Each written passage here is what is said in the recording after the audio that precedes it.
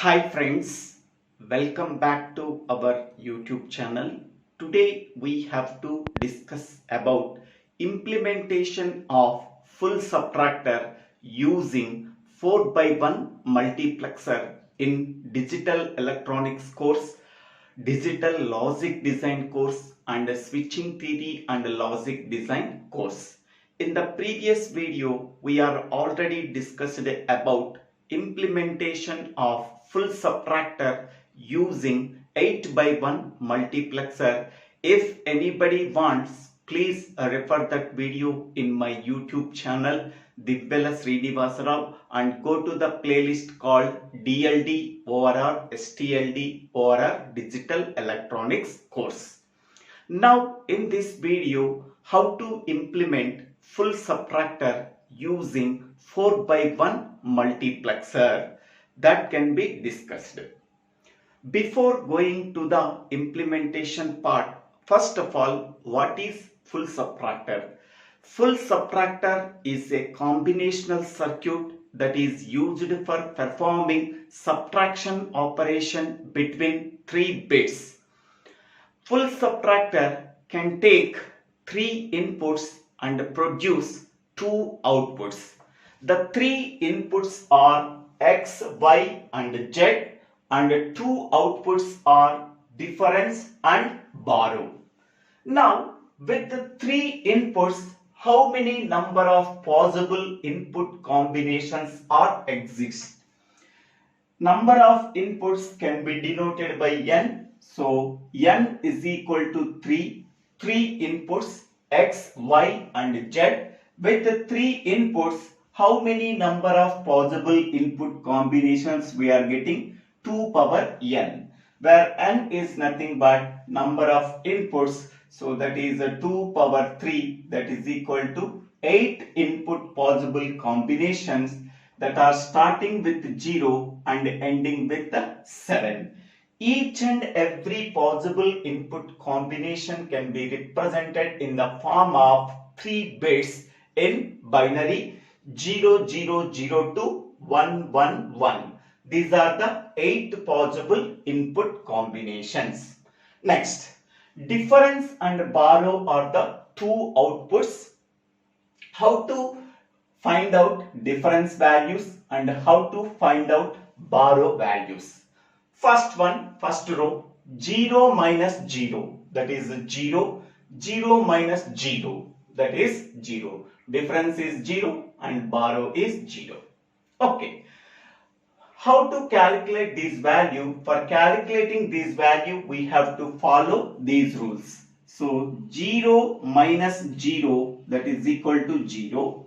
Next one, 1 minus 0 is equal to 1. Next one, 1 minus 1 is equal to 0. Next, 0 minus 1 is equal to 1 with borrow 1. So these rules we have to follow for finding out the values in difference and borrow columns. Okay. Next one, 0 minus 0, that is 0. 0 minus 1, that is nothing but 1 with borrow 1. So difference value is 1 and borrow value is 1. Next one, 0 minus 1, that is nothing but 1 with borrow 1. From that one, we have to subtract 0. So then we are getting 1 with borrow 1. Next one, 0 minus 1, 1 with borrow 1. From that one, we have to subtract 1. Then we are getting 0 with borrow 1. Next one, 1 minus 0, that is nothing but 1. 1 minus 0 is nothing but 1 with borrow 0. Next one, 1 minus 0, that is nothing but 1. 1 minus 1, that is 0. 0 and borrow is also 0. 1 minus 1, that is 0. 0 minus 0, that is nothing but 0. Difference is 0, borrow is 0. Next one, 1 minus 1, 0. 0 minus 1 is nothing but 1 with borrow 1. Okay. So by using these rules, we have to fill the difference column and borrow column. Next one. Once we are finding out the difference values and borrow values, these values can be, these outputs, two outputs can be represented in the form of sum of minterms. So that is difference D is equal to sigma m of, only we are considering output value 1. Where the 1 is present, the corresponding minterm value can be considered. In the difference column, here 1 is there, the corresponding minterm value is 1. Next, here 1 is there, the corresponding minterm value is 2. Here 1 is there, the corresponding minterm value is 4. Here 1 is there, the corresponding minterm value is 7. Okay. Next one, borrow output. Borrow output B is equal to sigma m of, now consider the borrow column. In that borrow column where the ones are present, here 1 is there, the corresponding minterm value is 1. Here 1 is there, the corresponding minterm value is 2. Here 1 is there, the corresponding minterm value is 3. Here 1 is there, the corresponding minterm value is 7. Now once we are getting the difference and borrow output values are represented in the form of minterms. Okay. Next, these full subtractor can be implemented using 4x1 multiplexer. So this is the 4x1 multiplexer. The 4x1 multiplexer, as the name implies, it can take 4 inputs, I0, I1, I2 and I3, and it produces only one output. 4 inputs and 1 output, then we can say that it is a 4x1 multiplexer. Okay.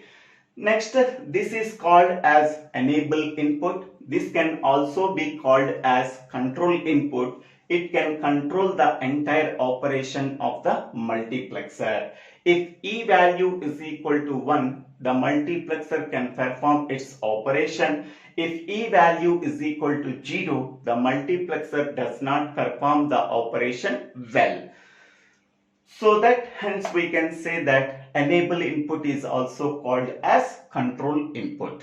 Next one, among these 4 inputs, only one input is selected. Whatever the input is selected, that can be sent as the output. How we are selecting only one input among the 4 inputs? By using selection inputs. How many number of selection input lines required to select only one input among the 4 inputs? So that can be calculated by using this formula. So number of selection lines required. Selection lines required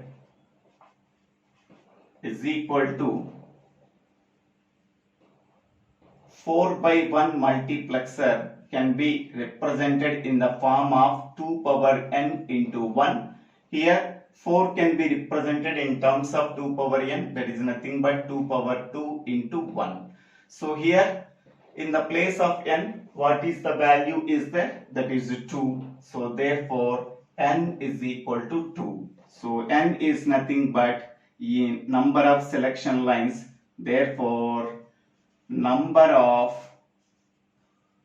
selection lines is equal to 2. So that are S1 and S0. So S1 and S0 are the selection lines. So here we have to write S1 and S0. Here we have to write S1 and S0. Now, based on the combination of S1, S0 values, we are selecting only one input among the 4 input lines. whatever the input is selected, that can be sent as the output. So S1, S0 values are 0, 0. The equivalent decimal value is 0. Then I0 input is selected, that can be sent as the output. S1, S0 values are 0, 1. The equivalent decimal value is 1. I1 input is selected, that can be sent as the output. S1, S0 values are 1, 0. The equivalent decimal value is 2. I2 input is selected, that can be sent as the output. Next, S1, S0 values are 1, 1. The equivalent decimal value is 3. Therefore, I3 input is selected, that can be sent as the output. So, this is the operation of a 4x1 multiplexer. Now, here number of selection inputs is equal to 2. Next, number of inputs in the full subtractor is equal to 3. So here I am writing one condition. So number of selection inputs is not equal to number of inputs. So that is number of selection inputs is 2 and number of inputs is equal to 3. 3 inputs are x, y, z, but number of selection lines are 2. 2 not equal to 3. Hence we can say that only 2 selection lines are there. So then a, x and y can be considered as selection lines. So x can be assigned to S1 and y can be assigned to S0. Okay. Here x, input variable x can be assigned to S1 selection line. Input variable y can be assigned to selection line S0. So here this is x, this is y, and this is x and this is y. Okay. And the remaining variable, that is z, z can be considered as input variable. So z is considered as input variable. Okay. So among the 3 input variables, x and y can be considered as selection input lines. So variable x can be assigned to selection line S1. Variable y can be assigned to selection line S0. Whatever the remaining variable, that is z, z can be considered as input variable. Okay. Now, so this input variable, one input variable can have 2 possibilities. Okay. That 2 possibilities are z may be contained 0, z may be contained 1. Because only one input variable, that input variable may contain either 0 value or 1 value. If z value is equal to 0, that can be denoted by z bar. If z value is 1, that can be denoted by z. Okay. Now, in this truth table, consider the z column. Okay. So, at which places z value contains 0? Z value contains 0 at 0th position. Next, z value is 0 at 2nd position. Next, z value is 0 at 4th position. And z value is 0 at 6th position. Okay. Next, go for z is equal to 1. That means here z. Now, in the z column where the ones are present. So ones are present at which position? Here 1 is present at 1th position. Next 1 is present at 3rd position. Next here 1 is present at 5th position. Here 1 is present at 7th position. Okay. In the same way, we are also right at borrow output also. So this is a Z bar, this is a Z. So 0, 2, 4, 6, 1, 3, 5, 7. Now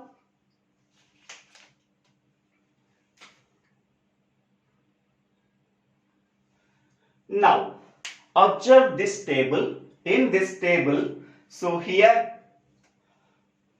observe this table is used for only difference output. Okay, in the difference output, what are the minterms are present? Okay, 1, 2, 4, 7. Okay, that minterms can be circled here. Okay, first minterm we are circled, second minterm we have to circle it, fourth minterm we have to circle it, seventh minterm we have to circle it. Okay, whatever the minterms that are present in the difference output, only circle that minterms. Okay, now how to find out these input values of the multiplexers? Okay, I0, I1, I2, I3 are the inputs of the multiplexer and Z is the only input variable. Now consider the I0 column. In the I0 column, only minterm 1 is a circle that can be considered. The corresponding input value can be written here. The corresponding input value is Z. We have to write here. Next one. Consider the I1 column. Only minterm 2 is a circle. Only whatever the minterms that are circled, only we are considering that minterms. Here minterm 2 is considered. The corresponding input variable is Z bar, so that we have to write Z bar. Next one, consider the I2 column. Minterm 4 is circled. We have to consider that one. The corresponding input variable is Z bar. Next one, consider the I3 column. Only minterm 7 is a circle. So the corresponding input variable is Z. Okay. Now, whatever the input values we are getting, that input values we have to write here. So I0 value is Z. I1 value is Z bar. I2 value is Z bar. I3 value is Z. Okay. Next, in the same way, for borrow output, what are the minterms that are present? So 1, 2, 3, 7. We have to circle that minterms. So here 1 is circled, 2 is circled, 3 is circled, and 7 is circled. So from that one, we have to find out I0, I1, I2, I3 values. Consider the I0 column. Only minterm 1 is a circle. The corresponding input variable is Z. Next, consider the I1 column. Both minterms second and third are a circle. Whenever in a particular column 2 minterms are there, 2 minterms are a circle, then its value is 1.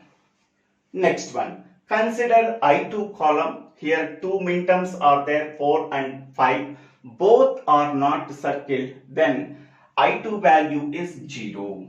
Both minterms are not circled, then its value is 0. Both minterms are circled, then its value is 1. Next, consider the I3 column. Only 7th minterm is considered because it is a circle. The corresponding input is Z. Now, these values we have to write in the place of I0, I1, I2, I3 values. I0 value is Z. Z we have to write. I1 value is 1, we have to write it here. I2 value is 0, we have to write here. I3 value is Z, we have to write here. Okay. Now, so Z value can be passed to the input variable I0. 1 value can be passed to the input variable I1. 0 value can be passed to the input variable I2. Z value can be passed to the input variable I3. So by using these selection lines to we have to select only one input line. Whatever the input line that is selected, that can be sent as the output. So this is borrow output, and this is a difference output.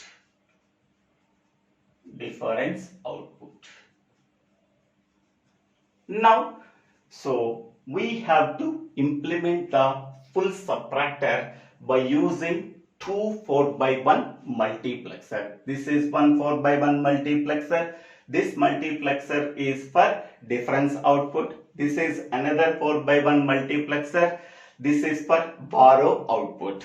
In this way, we have to implement the full subtractor using 4x1 multiplexer. This is the two circuit diagrams for implementing full subtractor using 4x1 multiplexer.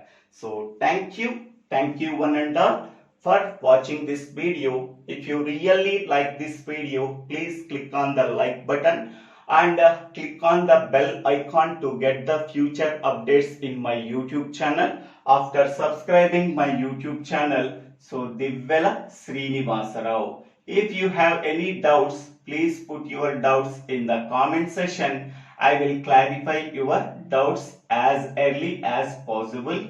Thank you one and all for watching this video. The previous videos and the previous videos of this course are available in the playlist called DLD, ORR, STLD, ORR Digital Electronics course. Please find that playlist in my YouTube channel DIVVELA Srinivasa and forward this channel to your friends and classmates. Thank you one and all for watching this video.